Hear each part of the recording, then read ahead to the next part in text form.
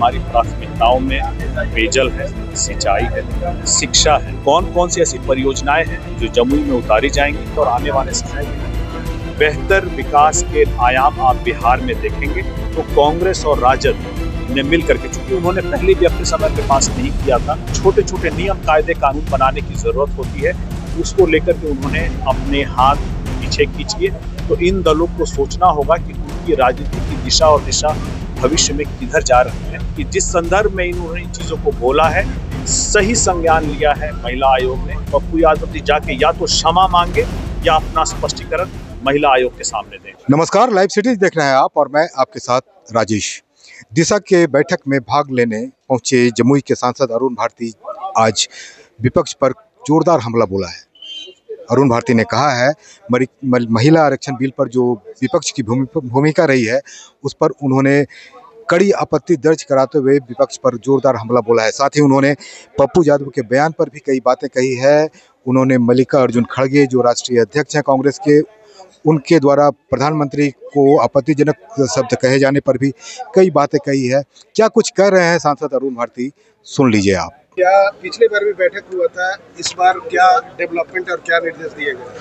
देखिए, मैंने पहले भी कहा था कि हमारी प्राथमिकताओं में पेयजल है, सिंचाई है, शिक्षा है, इंफ्रास्ट्रक्चर है, रोड्स हैं, और इन्हीं सारी चीज़ों को लेकर के जो पिछली दिशा की बैठक हुई थी, हम लोगों ने अलग अलग विभागों की समीक्षा के माध्यम से सभी विभागों को निर्देश दिए थे। उनका क्या अनुपालन हुआ और उन अनुपालन में कितने पूर्ण हुए, कितने अधूरे हैं, और उन अधूरों इसको कब तक पूरा किया जाएगा, इस बारे में विस्तृत चर्चा की गई।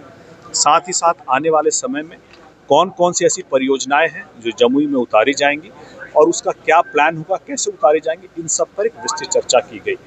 सबसे बड़ी खुशी की बात यह है, जो मैं जनता को बताना भी चाहूँगा, कि प्रशासन के द्वारा यह अवगत कराया गया कि बहुत प्रतीक्षित लंबे समय से लोगों की प्रतीक्षा थी, जो झाझा बटिया रेल लाइन में जो पिछली बार हम लोगों ने लग करके आवंटन करवाए थे लगभग 496 करोड़ का, प्रशासन ने आज इस बात का संज्ञान लिया कि अधिग्रहण लगभग पूरा होने वाला है और जल्द ही इस पर रेल परियोजना का कार्यान्वयन आप होते हुए देखेंगे। इसके साथ ही साथ मैंने प्रशासन को इस बात के लिए सजग किया कि हमारे प्रयासों से अगर नवादा लक्ष्मीपुर लाइन अब स्वीकृत हो गया है, 621 करोड़ का आवंटन हो गया है, तो तुरंत ही इसको, जैसे ही आपके पास इसके निर्देश आएंगे, आपको तुरंत लग करके इस पर भी कार्य शुरू कर देना है, ताकि जमुई की जो कनेक्टिविटी है, रेल कनेक्टिविटी है, जो हम लोगों ने कहा है कि हम हाई कैपेसिटी रेल कॉरिडोर के तौर पर इसको डेवलप करना चाहते हैं, इसको भी बल मिल सके। साथ ही साथ पेयजल को लेकर के बात हुई, चूँकि गर्मी और इसके बाद बारिश की बात है, जहाँ पर किसानी की बात होगी, बिजली आपूर्ति की बात इसके साथ हुई, क्योंकि उस वक्त बहुत मोटर चलते हैं और पानी की ज़रूरत होती है। इस पर विस्तृत चर्चा हुई।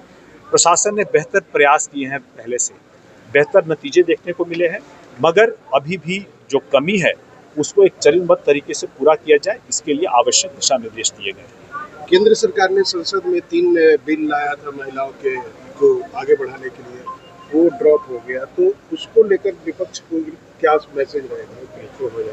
देखिए, महिला आरक्षण बिल जो आया था, किसी भी नीति को जब आप लाते हैं और जब संसद में पास हो जाता है, तो उसको आगे बढ़ाने के लिए आपको छोटे छोटे कानून बनाने की और ज़रूरत पड़ती है, ताकि इसको धरातल पर उतारा जा सके। प्रिंसिपल तौर पर विपक्ष ने उस वक्त सपोर्ट किया था, लेकिन आज के दिन जब इसको धरातल पर उतारने की बारी आई, तो कांग्रेस और राजद ने मिल करके, चूँकि उन्होंने पहले भी अपने समय पे पास नहीं किया था, इसको लेकर के जो छोटे छोटे नियम कायदे कानून बनाने की ज़रूरत होती है, उसको लेकर के उन्होंने अपने हाथ पीछे खींच लिए, जिसका हम सभी ने विरोध किया, और आज सड़कों पर भी हमारा ये विरोध प्रदर्शन हो रहा है। जरूरी ये है कि अगर हम अपनी आधी आबादी को अगर 1/3 अधिकार नहीं दे पाएंगे, तो इन दलों को सोचना होगा कि उनकी राजनीति की दिशा और दिशा भविष्य में किधर जा रही है। जो नारी शक्ति के, जो हमारी आधी आबादी है, वो उसके 1/3 अधिकार देने के भी नहीं देना चाहते हैं।